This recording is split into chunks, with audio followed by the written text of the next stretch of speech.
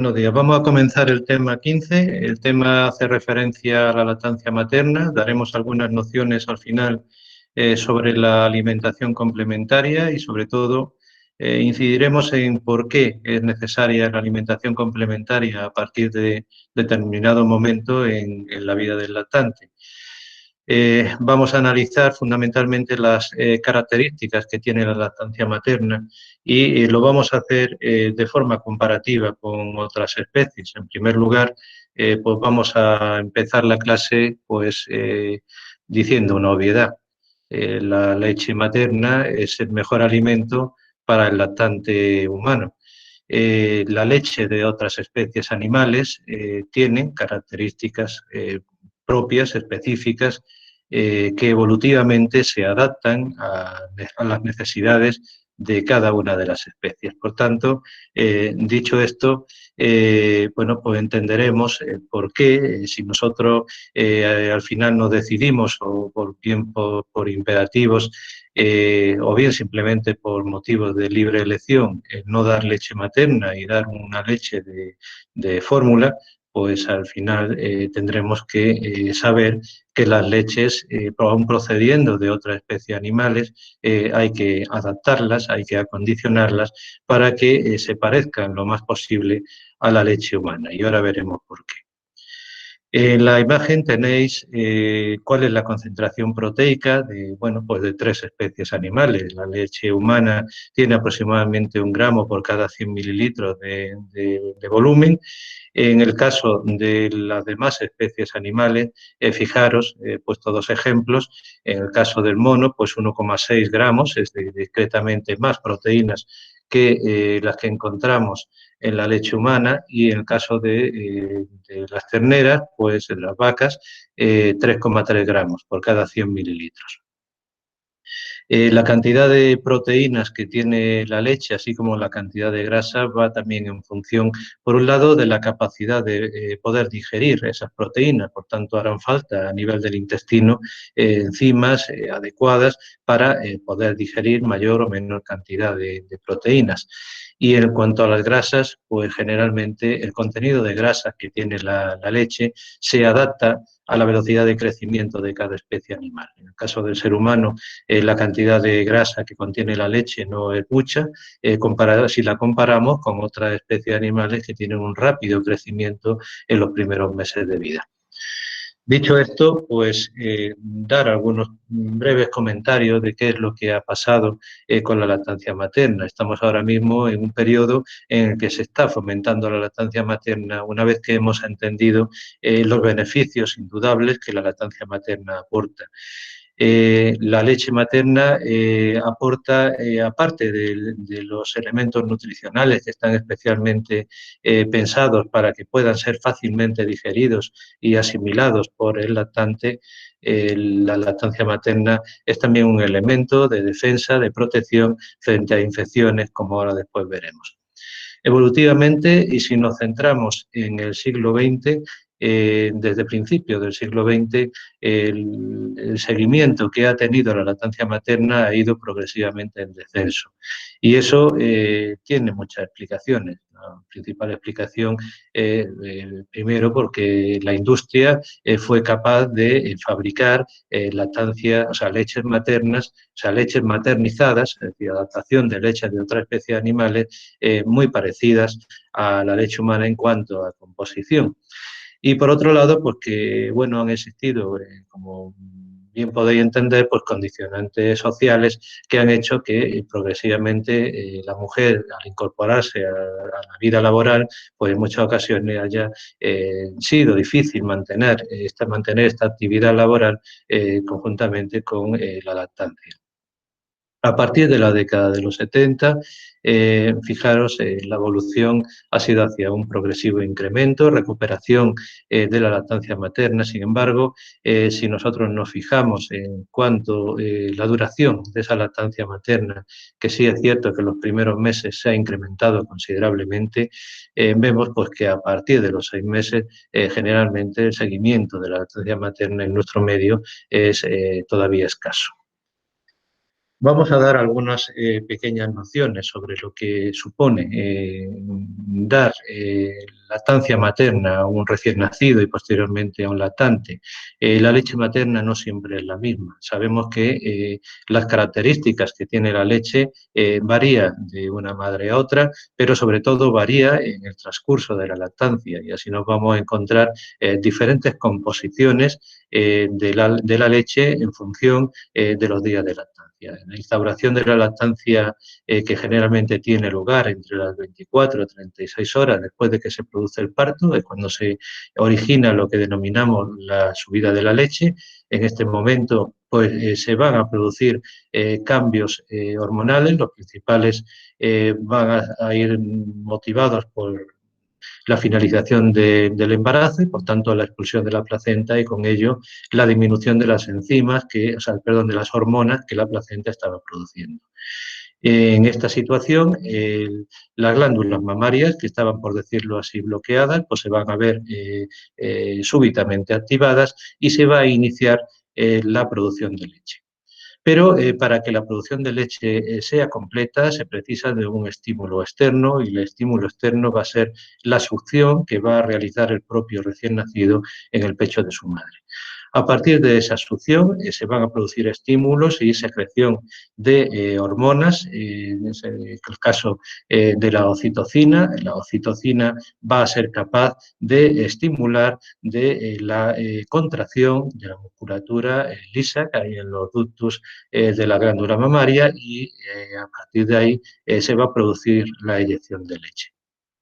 Por tanto, para que se complete, digamos, y se inicie perfectamente la lactancia, se va a necesitar pues, estímulos lo más precoces posible, como es el caso de la succión del recién nacido. Por eso hablábamos que tras producirse el parto, una de las primeras medidas que debemos de tomar es colocar al recién nacido sobre su madre y fomentar ya desde ese mismo momento la succión del recién nacido para, de esta forma, estimular la secreción de oxitocina. Luego veremos que esta secreción de oxitocina, que origina la succión del neonato, además de estimular la eyección de leche, va a tener otros importantes efectos, entre ellos pues provocar la contracción de la musculatura uterina y, por tanto, va a hacer una buena hemostasia de esa zona uterina tras el desprendimiento de la placenta, y, por tanto,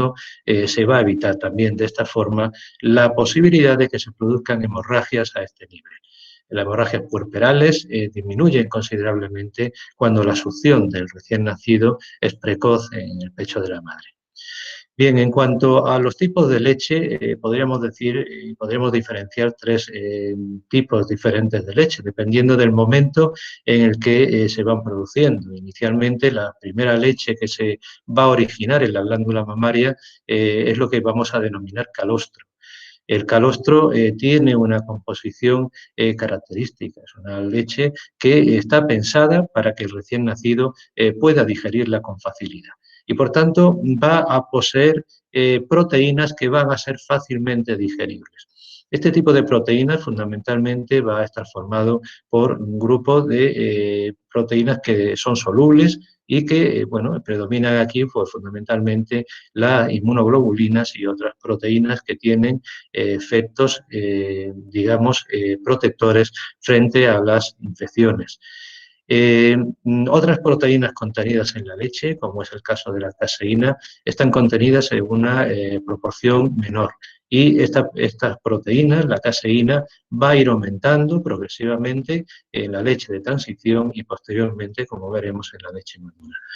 No hace falta decir que la caseína es una proteína que va a ser peor digerida por el lactante, y esto explica que inicialmente esta secreción láctea que se produce tenga proporcionalmente menos caseína y más seroproteínas, que son, como digo, proteínas solubles y, por tanto, también más fácilmente digeribles.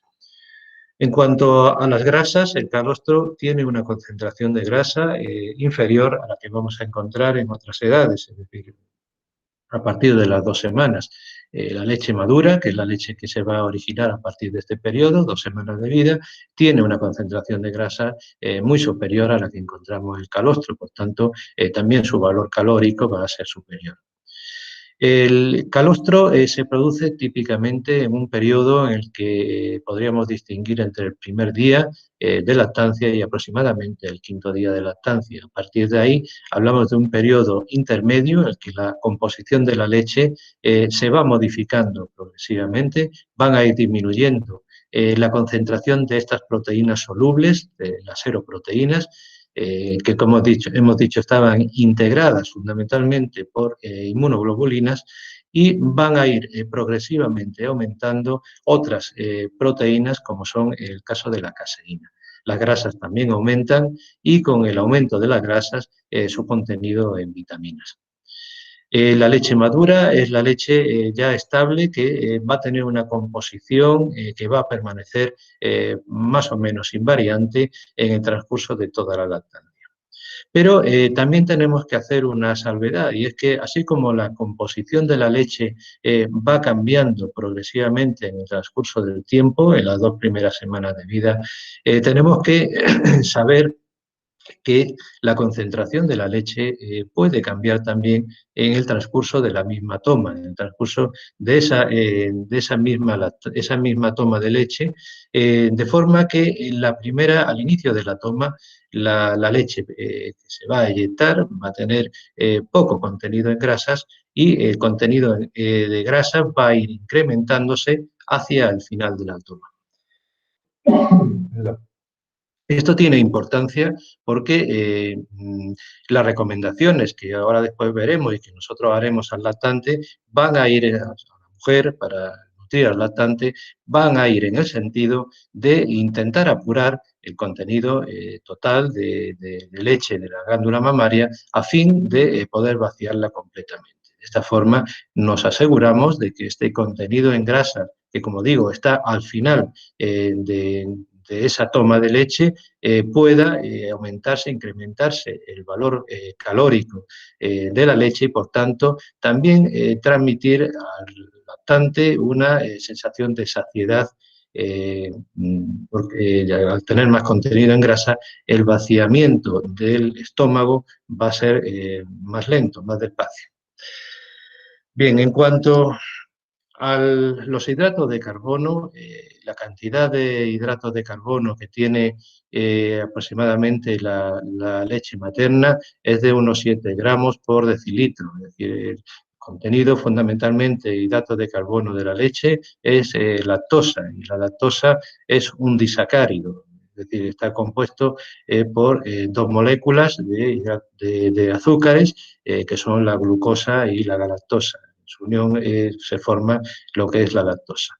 La cantidad de lactosa que contiene la leche es diferente dependiendo de la especie animal, lo mismo que comentábamos para las proteínas y que comentaremos posteriormente para la grasa. Cada especie animal tiene una concentración específica de lactosa. Fijaros que de los ejemplos que ponemos en pantalla, la concentración más alta de lactosa se da precisamente en la leche humana. Y esto tiene una explicación, es decir, el contenido de lactosa, glucosa y galactosa es necesario para la formación de tejido cerebral, en concreto la galactosa, es decir, las necesidades de galactosa son mayores en aquellas especies donde prima un mayor desarrollo cerebral. En el caso de la especie humana, pues vamos a necesitar mayores concentraciones de galactosa para dar de esta forma cabida a un mayor crecimiento cerebral. El contenido de lactosa también se modifica a lo largo de los primeros días y semanas de la lactancia, de forma que la cantidad de lactosa que podemos encontrar en el calostro va a ser inferior a la concentración de lactosa que vamos a encontrar 2 semanas más tarde, cuando ya se establece la lactancia con leche madura. En cuanto a las proteínas, volver a incidir en un tema que es importante que se recuerde, es decir, las proteínas que contiene la leche son de dos tipos. Podemos diferenciarlas entre proteínas que son precipitables en un medio ácido, es decir, si nosotros cogiéramos una porción de leche y le administrásemos un ácido, como pueda ser un poco de zumo de limón, se produciría la precipitación de aquellas proteínas que no son solubles en medio ácido. Y aquí están contenidas fundamentalmente todas las caseínas. Habrá otra porción de proteínas que no van a precipitar, que son la fracción soluble a la que hemos hecho referencia, que está comprendida fundamentalmente en todas las proteínas del lactosuero, integradas, como hemos dicho, por inmunoglobulinas, pero también por otras proteínas que tienen mucha importancia protectora frente a posibles infecciones, como son la lactoferrina o la lisocima. La proporción que existe entre caseína y proteína del lactosuero, fijaros cómo se modifica, desde un 10% en el calostro y un 90% de lactosuero, pasamos en la leche madura a encontrar un 40% de caseína y un 60% de proteína de lactosuero. Es decir, que existe una disminución progresiva de las proteínas del lactosuero conforme van pasando los días de lactancia hasta su estabilización, por último, ya en la leche madura. La cantidad de proteínas que tiene la leche se adapta a las necesidades del recién nacido. Y esto lo comento, diversos trabajos muy interesantes que, bueno, conviene que sepáis que se han realizado.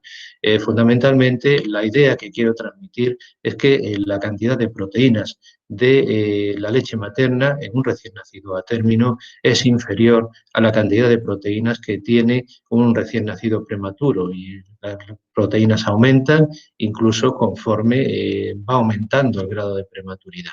De esta forma, la leche materna se adapta a las necesidades nutricionales del recién nacido, incluso de los recién nacidos prematuros, que necesitan más proteínas para poder establecer un ritmo de crecimiento adecuado. O sea, fijaros cómo en estos casos la leche que produce la madre cuando el parto se produce de forma prematura puede adaptarse a las necesidades de este recién nacido.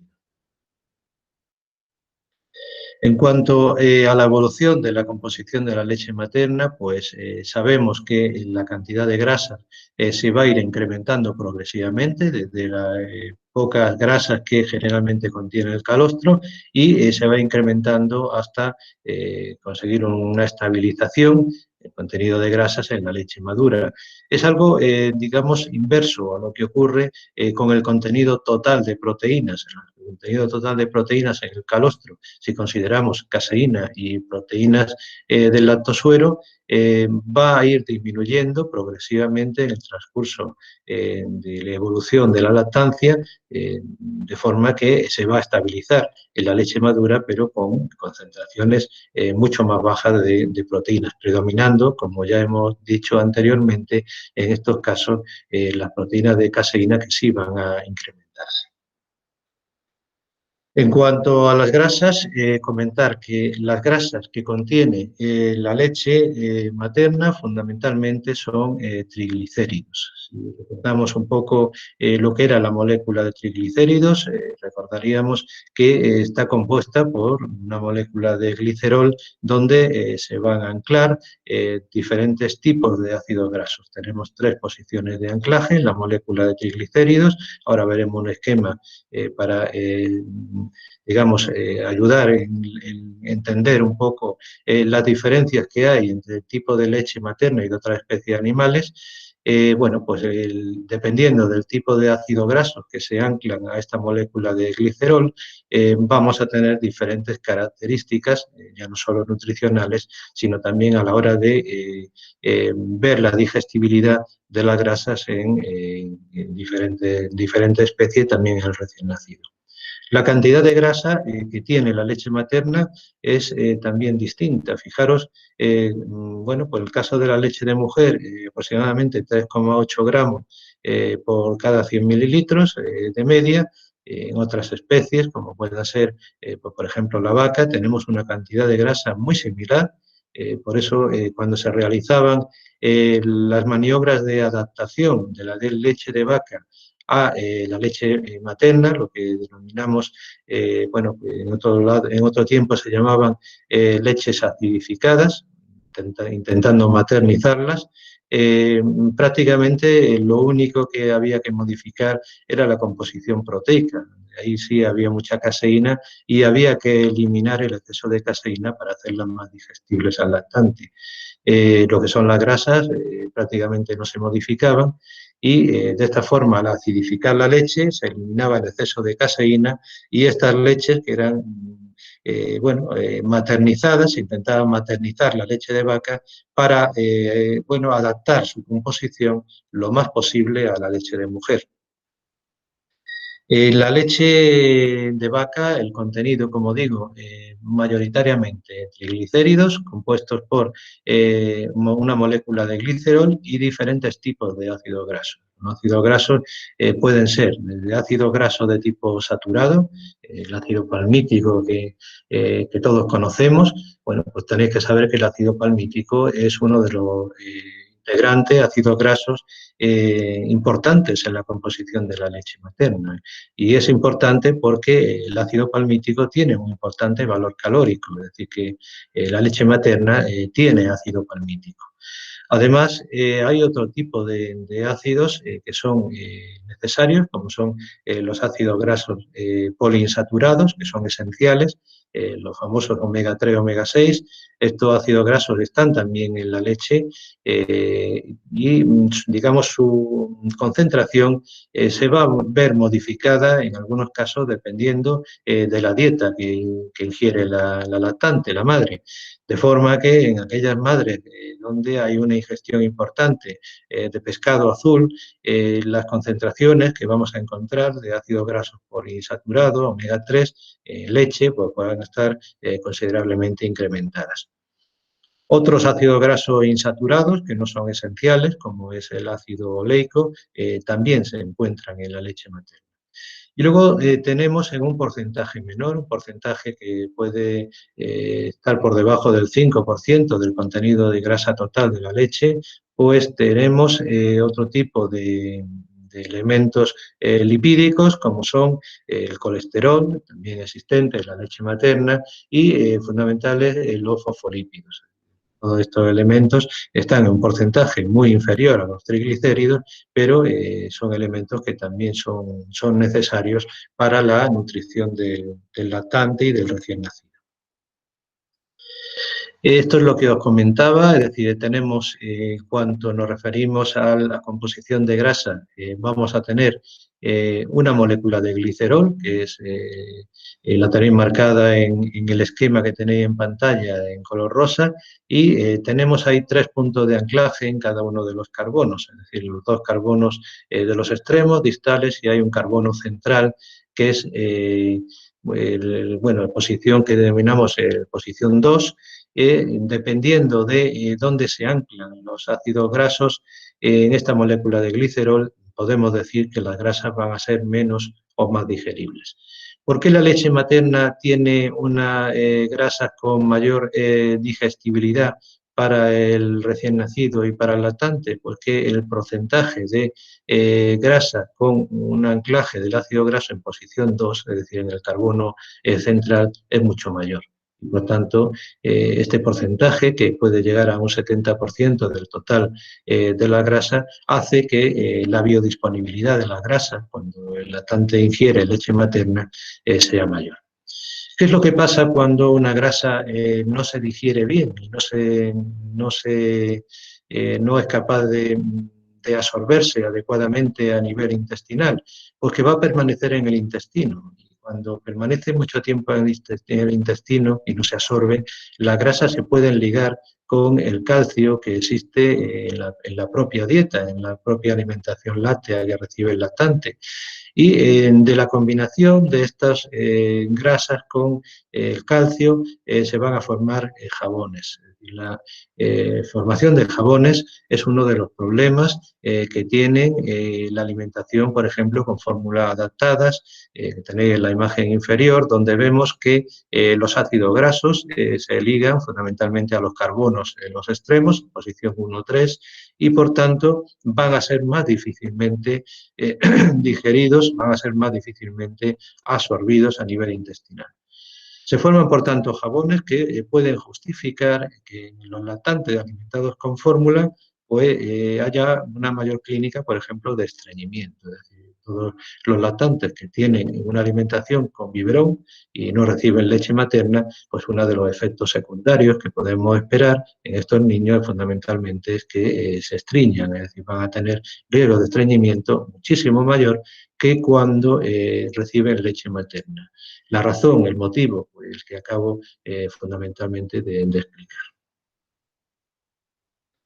Bien, en cuanto a la composición de los ácidos grasos poliinsaturados, es decir, aquellos ácidos grasos que son esenciales, tienen que estar contenidos en la dieta, son muy importantes para la fabricación de elementos antiinflamatorios, en el caso de los omega 3, y elementos proinflamatorios, en el caso de los omega 6. Lo que sí quiero transmitiros es que la concentración que debe de existir y que existe, de hecho, en la leche, es que debe de guardar una proporción de al menos entre 5 y 10, es decir, 6 veces más cantidad, o sea, entre 5 a 10 veces más cantidad de omega 6 que de omega 3 en la leche materna. Esta proporción generalmente se mantiene para mantener una situación de equilibrio entre los elementos proinflamatorios, que son sintetizados a partir de los ácidos grasos omega 6, y los efectos antiinflamatorios que se sintetizarían a partir de los ácidos de la serie omega 3. En cuanto a la composición de la leche materna en elementos como, por ejemplo, las sales minerales, bueno, pues es importante saber que el contenido total de sales, lo que denominamos la carga osmolar que tiene la leche materna, es muy inferior a la que encontramos en otras especies animales, como por ejemplo la leche de vaca. De interés porque si nosotros administrásemos leche de vaca entera a un recién nacido, probablemente le originaríamos una desnutrición, o sea, una deshidratación, porque el riñón del recién nacido, digamos que todavía tiene cierto grado de incompetencia funcional y es incapaz de concentrar la orina y, por tanto, de eliminar cargas de solutos muy elevadas, como la que le proporcionaría la administración de leche de vaca. En cuanto al cociente calcio-fósforo, importante para promover una adecuada mineralización, pues fijaros que en el caso de la leche humana encontramos bueno, pues que el cociente de calcio-fósforo casi del doble del que encontramos en la leche de vaca. Es decir, la leche de vaca tiene una concentración de fósforo superior y eso fundamentalmente se debe al tipo de caseína que lleva la leche. Caseína que lleva la leche de vaca tiene un contenido de fósforo superior al que encontramos en la caseína que se produce en la leche humana. Esto tiene bastante importancia en cuanto a que la posibilidad de que se forme una adecuada mineralización pues se va a ver fomentada mejor con la leche humana que con la leche de vaca. En cuanto a la disponibilidad de otros elementos necesarios, como por ejemplo el hierro, pues fijaros que la biodisponibilidad del hierro que encontramos en la leche humana es muy superior a la que encontramos de forma comparativa en la leche de vaca. En cuanto a las vitaminas, bueno, las concentraciones de vitaminas hidrosolubles y algunas liposolubles que encontramos en la leche humana y en otras especies animales hay pocas diferencias. Lo que sí quiero fundamentalmente resaltar es la poca concentración que encontramos en la leche humana de vitamina K. Podríamos decir que la vitamina K es una vitamina deficitaria en la leche humana y esto también explica el por qué cuando comentábamos y hablábamos algo de la enfermedad hemorrágica del recién nacido y aquella necesidad de suplementar con vitamina K a todos los recién nacidos para fomentar la formación de factores de la coagulación, pues en estos casos una de las razones es precisamente esta situación de déficit que encontramos de vitamina K en la leche humana. En cuanto a los elementos defensivos que es evidente que se poseen en la leche humana, pues fundamentalmente pues, nombrar algunas proteínas, en concreto la lactoferrina, la lisocima, fibronectinas, son proteínas que van a ayudar al sistema inmune, a las inmunoglobulinas, que también se segregan con la leche, para proteger al recién nacido, al lactante, frente a la colonización bacteriana y, por tanto, a la posibilidad de producción de infecciones y de cuadros gastroentéricos. Existen otros elementos, digamos, antimicrobianos, que no son proteínas, que están también contenidos en la leche humana, que son los oligosacáridos. Ahora a continuación hablaremos un poco de ellos. Creo que vale la pena conocer que la leche humana, aparte de los factores proteicos protectores frente a infecciones, que son conocidos desde hace mucho tiempo, estos elementos son elementos protectores de más reciente descubrimiento y que yo creo que se deben de conocer. Existen también otros factores en la leche que son, digamos, promotores del crecimiento de microorganismos, pero de microorganismos probióticos, es decir, aquellos microorganismos que tienen un papel fundamental en la protección frente a infecciones por otros microorganismos patógenos. Son normalmente cepas probióticos, normalmente del tipo de la Lactobacillus, son transmitidos como elementos vivos a través de la leche materna, es decir, que la propia leche de la madre, juntamente con todos los elementos nutricionales, también transmite al lactante bacterias que son capaces de proteger el intestino de su recién nacido. Existen leucocitos también en la leche materna. Estos leucocitos son más frecuentes y los encontramos en mayor cantidad en el calostro, en los primeros días de lactancia y también al final de la lactancia, cuando se va instaurando lo que denominamos destete. Ahora veremos este término en más profundidad. Y existen otros elementos como son agentes antiinflamatorios y agentes inmunoestimulantes. Por tanto, esto tal vez nos debe ayudar a entender que la lactancia materna, la leche materna es algo más que un elemento, es un elemento vivo que aporta células vivas, elementos proteicos vivos y que de ahí pues, derivan fundamentalmente los beneficios que se obtienen tanto presentes como futuros para este lactante. En cuanto a los elementos defensivos no proteicos, pues hemos comentado los oligosacáridos. Los oligosacáridos de la leche materna, hoy día se sabe que son más de 200 tipos de moléculas, se han estudiado solo unas pocas y se ha visto que tienen un papel fundamental en el mantenimiento de esas bacterias intestinales protectoras con, digamos, efectos probióticos y que, por tanto, van a sustentarse, van a nutrirse de precisamente de estos oligosacáridos que aporta la leche materna. Los oligosacáridos no son generalmente digeribles, es decir, que las enzimas intestinas en el intestino no son capaces de digerir los oligosacáridos. Los oligosacáridos van a ser utilizados exclusivamente por las bacterias que existen a nivel intestinal. Digamos que es el sustrato nutricional de este tipo de bacterias. Por tanto, para el mantenimiento de un equilibrio en la flora intestinal, se va a precisar el aporte del sustrato nutricional para que estas bacterias puedan sobrevivir. Y aquí es donde entran en juego precisamente los oligosacáridos de la leche materna. Por tanto, esto también nos debe de ayudar a entender que si nosotros modificamos la nutrición del lactante y eliminamos de la ecuación la leche materna que aporta este tipo de oligosacáridos, vamos a aportar con las leches de otras especies animales otro tipo de oligosacáridos distintos a los que aporta la leche materna y por tanto va a favorecer el crecimiento de otras bacterias distintas a las bacterias especialmente pensadas para colonizar el intestino del lactante, del recién nacido, y de esta forma protegerlo frente a la posibilidad de infecciones. Pero no solo infecciones, otro tipo de procesos, como puedan ser los cuadros alérgicos, se van a ver disminuidos cuando el lactante es alimentado con leche materna. Y una de las razones fundamentales que explicaría este resultado se debe precisamente al contenido de oligosacáridos que fomenta el crecimiento de determinados tipos de bacterias y no de otras.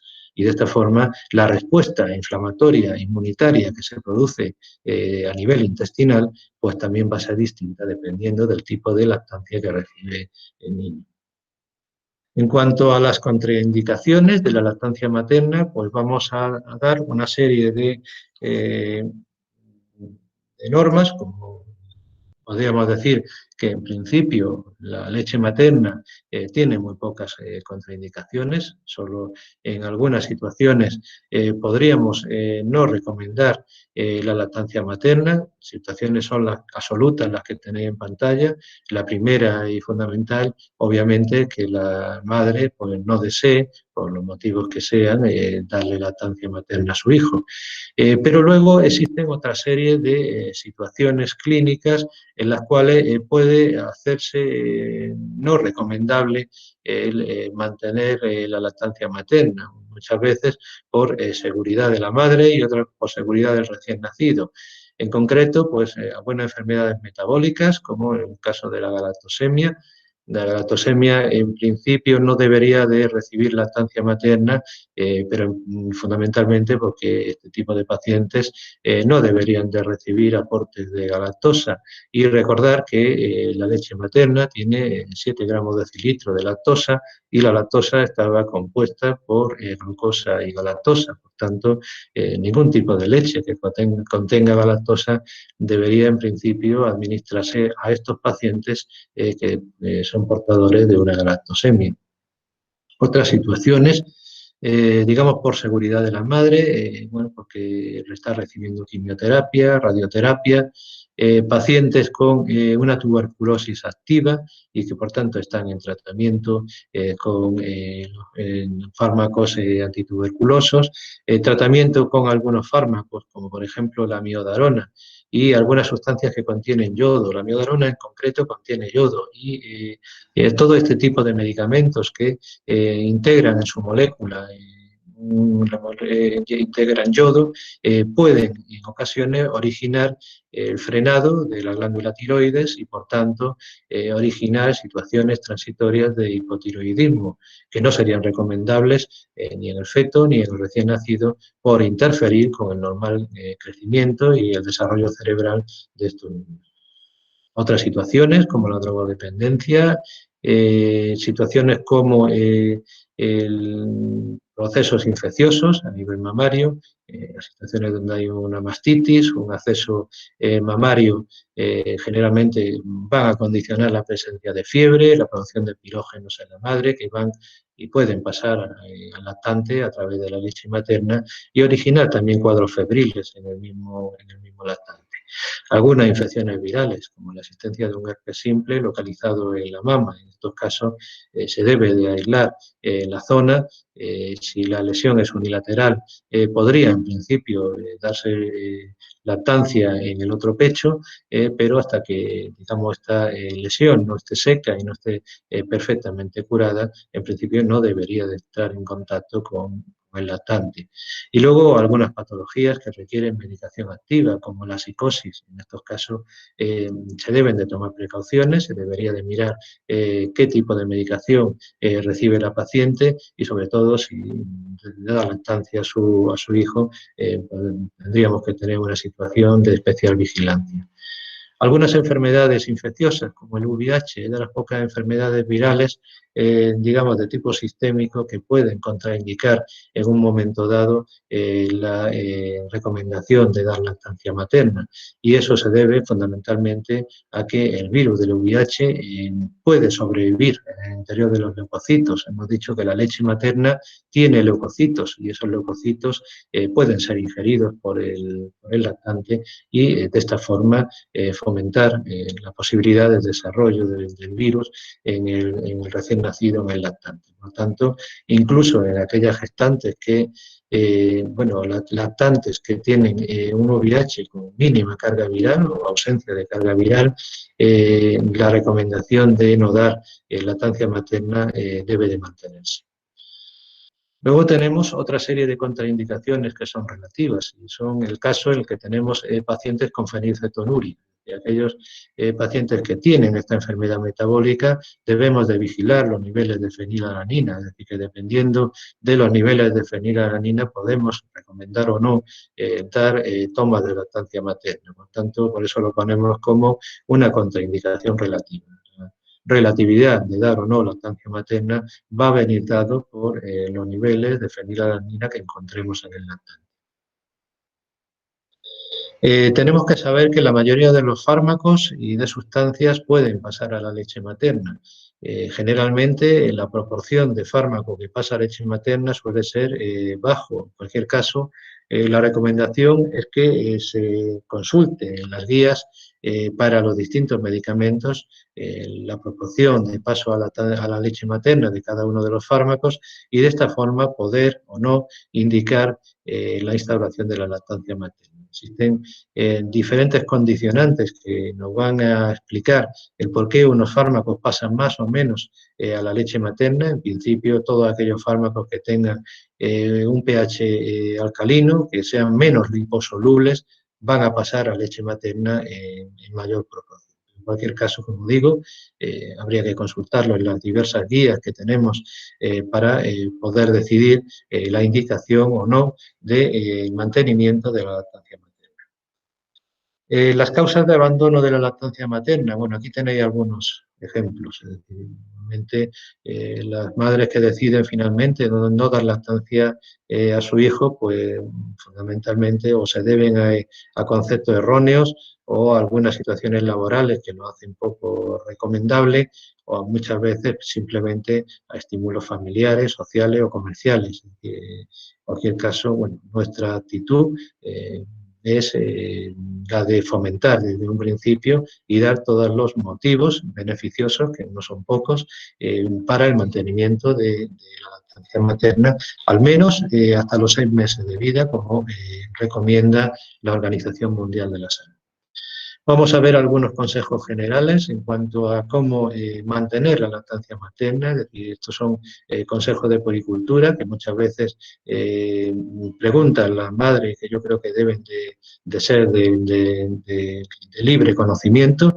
En cuanto hablamos de lactancia materna, no hablamos del número de tomas, es decir, la lactancia materna debe de ser libre, es decir, el recién nacido se debe de colocar al pecho cada vez que tenga hambre, no hay por qué guardar un tiempo entre toma y toma, esto es, sí lo hacemos cuando instauramos lactancia con fórmula, con biberón, pero en el caso, como digo, de la lactancia materna, el número de tomas debe de ser libre y debe de ser el propio lactante el que regule el número de tomas.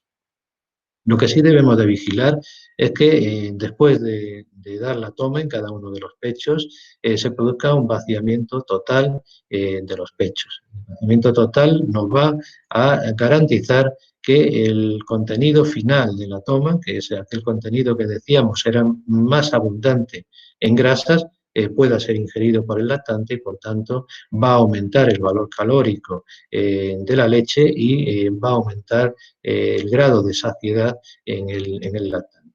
De esta forma nos aguantará más tiempo hasta la siguiente toma.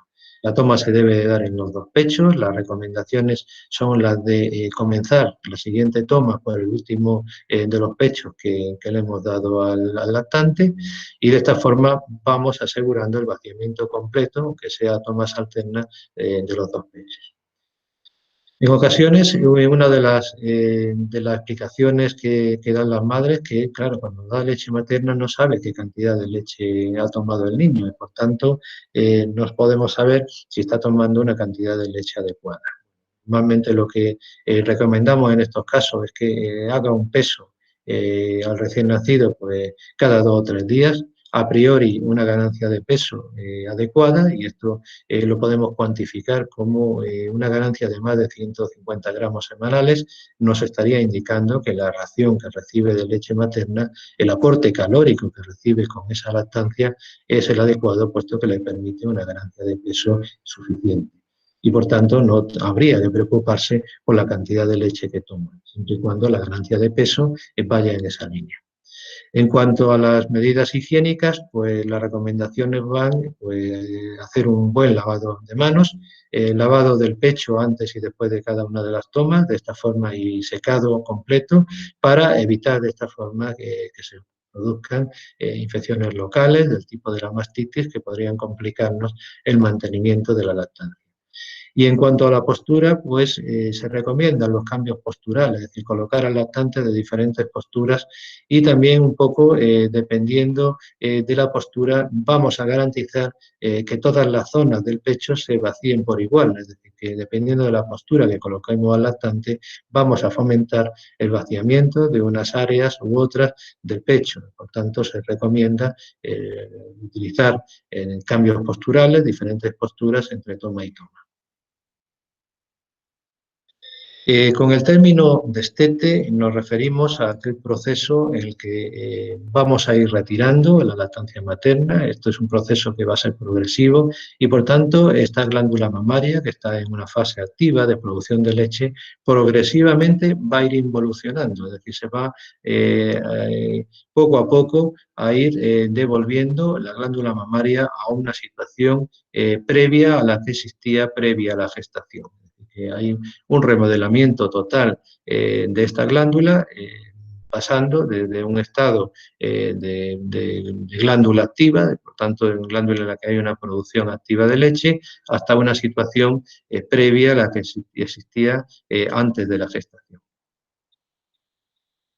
En cuanto a la, digamos, utilidad futura de la recomendación de la leche materna, pues fundamentalmente deciros que se ha visto, se ha demostrado que la existencia de lactancia materna previene de muchas enfermedades en el futuro. Aquí os pongo algunas de ellas, pero sabemos que aquellos lactantes que reciben durante al menos 6 meses lactancia materna, tienen menos riesgo de padecer enfermedades del tipo de la diabetes mellitus tipo 2, algunas enfermedades alérgicas frecuentes hoy día en los niños, como es la dermatitis atópica, que a veces se puede complicar con problemas de tipo alérgico a nivel también respiratorio.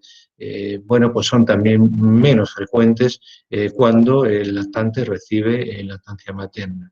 La obesidad infantil y su desarrollo posterior de cuadros de hipertensión, también de diabetes, lo que denominamos síndrome metabólico, menos frecuente cuando se recibe lactancia materna.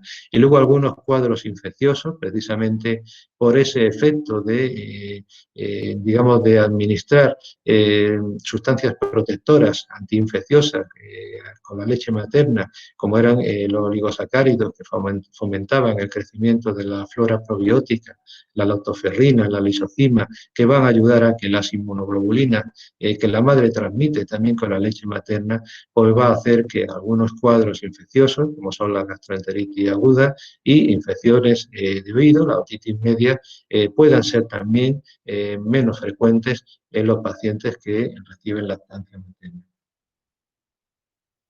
Algunos conceptos sobre la conservación de la leche, es decir, lo ideal siempre va a ser que la lactancia se reciba como leche fresca, es decir, la colocación al lactante, al recién nacido, al pecho de su madre.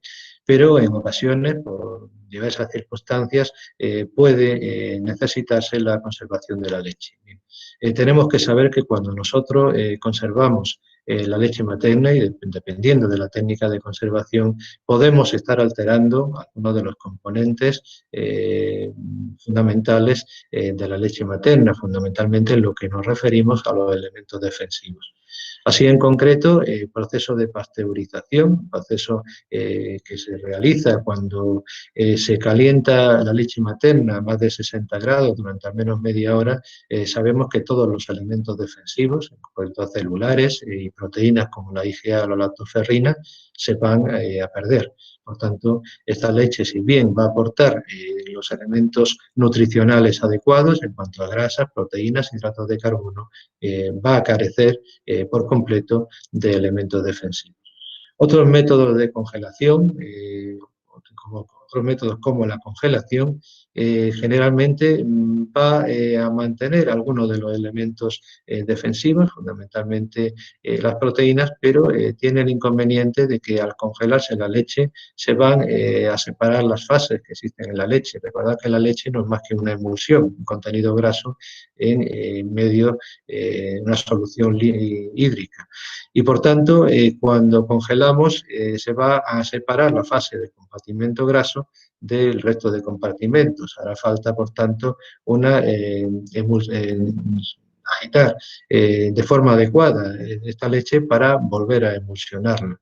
Esto debemos de tenerlo en cuenta porque si no, parte del contenido graso quedará en las paredes del envase y por tanto se va a perder gran cantidad del aporte calórico que tenía esta leche. Y luego tenemos mecanismos de conservación como son la refrigeración, en la cual conservamos la leche a una temperatura de 4 grados. En estos casos, generalmente, bueno, la duración de este proceso es limitada. Podríamos mantener esta leche al menos durante 24 horas. Se recomienda utilizarla antes de este periodo y digamos que esta sería la forma de conservación que afectaría menos tanto a los elementos defensivos como a los elementos celulares y afectaría menos también a la, digamos, separación de las fases del compartimento graso del resto de compartimentos de la leche. Un par de anotaciones sobre las leches, los bancos de leche, es decir, existen bancos de leche, de leche donada, de madres que tienen exceso de leche y esto fundamentalmente se pensó para la alimentación de aquellos recién nacidos prematuros que se quieren alimentar con leche de banco. La leche de banco evidentemente es un elemento vivo, por tanto va a precisar de un proceso previo de pasteurización. La pasteurización, recordar, hemos comentado, va a eliminar todos los elementos defensivos de esta leche. Sin embargo, digamos que como beneficio es que estamos aportando una concentración de proteínas y proteínas humanas más próxima a la que es recomendable para la nutrición del lactante, más allá de las alimentaciones del prematuro que generalmente proceden de otras especies animales, generalmente de vaca. En cuanto a la alimentación complementaria, vamos a dar una serie de nociones rápidas. Fundamentalmente, la nutrición complementaria, tenemos la idea de que debe de ser necesaria a partir de los 6 meses. Es decir, lactancia materna exclusiva hasta los 6 meses. A partir de los 6 meses se hace preciso introducir otros elementos nutricionales para incrementar el valor calórico. Es decir, el valor calórico de la leche materna exclusiva se hace insuficiente a partir de este periodo, a partir de los 6 meses. Las razones de por qué no introducir antes la alimentación complementaria fundamentalmente se debe a que se considera que a partir de los 6 meses se han alcanzado los niveles de madurez necesarios para poder tolerar este tipo de alimentos y en concreto se precisa una madurez gastrointestinal, es decir, que el intestino pueda producir cantidades de enzimas adecuadas para digerir estos alimentos, se precisa también una madurez renal, ya que la mayoría de los solutos que vamos a ingerir, por ejemplo el sodio y otros elementos, van a ser eliminados por vía renal y por tanto esos riñones tienen que ser capaces de poder concentrar la orina adecuadamente. Y esto generalmente no ocurre antes de los 4 meses. Debe de existir una madurez neurológica y es que deben de desaparecer una serie de reflejos que están presentes en los primeros meses y en el recién nacido, como es el reflejo de extrusión, es decir, el reflejo de eliminar, de escupir todos aquellos elementos sólidos que entran en la boca y es fundamental que el lactante haya adquirido un control adecuado del tono del cuello para mantener el cuello y la cabeza en posición correcta. De esta forma, se garantiza que la deglución se va a poder realizar de forma adecuada. Este es el ritmo que normalmente se recomienda en cuanto a la introducción de alimentación complementaria. Esto puede modificar según las tendencias, pero como norma general, todos aquellos lactantes que están recibiendo alimentación con fórmula, se les debe de recomendar iniciar ya la alimentación de cereales o de fruta a partir del cuarto o quinto mes. Recordar, los lactantes alimentados con lactancia materna pueden recibir lactancia materna exclusiva sin dar ningún tipo de alimentación complementaria hasta después del sexto mes. La introducción de las verduras generalmente la introducimos más tarde, normalmente esto lo vamos a hacer a partir del sexto o séptimo mes, la carne a partir del sexto mes, normalmente se recomienda pues pechuga de pollo cocida por ser más digerible y la ingesta de pescado o huevo siempre a partir de los 9 meses, digamos que sería el último de los elementos nutricionales habituales que vamos a introducir. Bueno, y ya para terminar, pues dar una serie de conclusiones, por qué la lactancia materna es beneficiosa. Decimos que la lactancia materna es beneficiosa para el lactante, fundamentalmente porque es la leche más digerible, porque se disminuyen muchos riesgos de infecciones y sobre todo de alergias, y también porque se están de esta forma previniendo enfermedades que hoy día tienen una alta prevalencia en el adulto, como es el caso de la obesidad, de la hipertensión y de la arteriosclerosis. Y en el caso de la madre, fundamentalmente porque ayuda a prevenir en el posparto inmediato las hemorragias puerperales, mediante esa succión que explicábamos, se debe de producir inmediatamente después del parto y tras producirse el alumbramiento. En algunos casos se ha comunicado que disminuye el riesgo de determinados tipos de cáncer, como son el cáncer de mama o el cáncer de ovario, y fundamental, la leche materna no supone un gasto adicional, sobre todo en aquellos entornos sociales que están económicamente más deprimidos. Bien, con esto finalizamos el tema de hoy. Si tenéis alguna pregunta.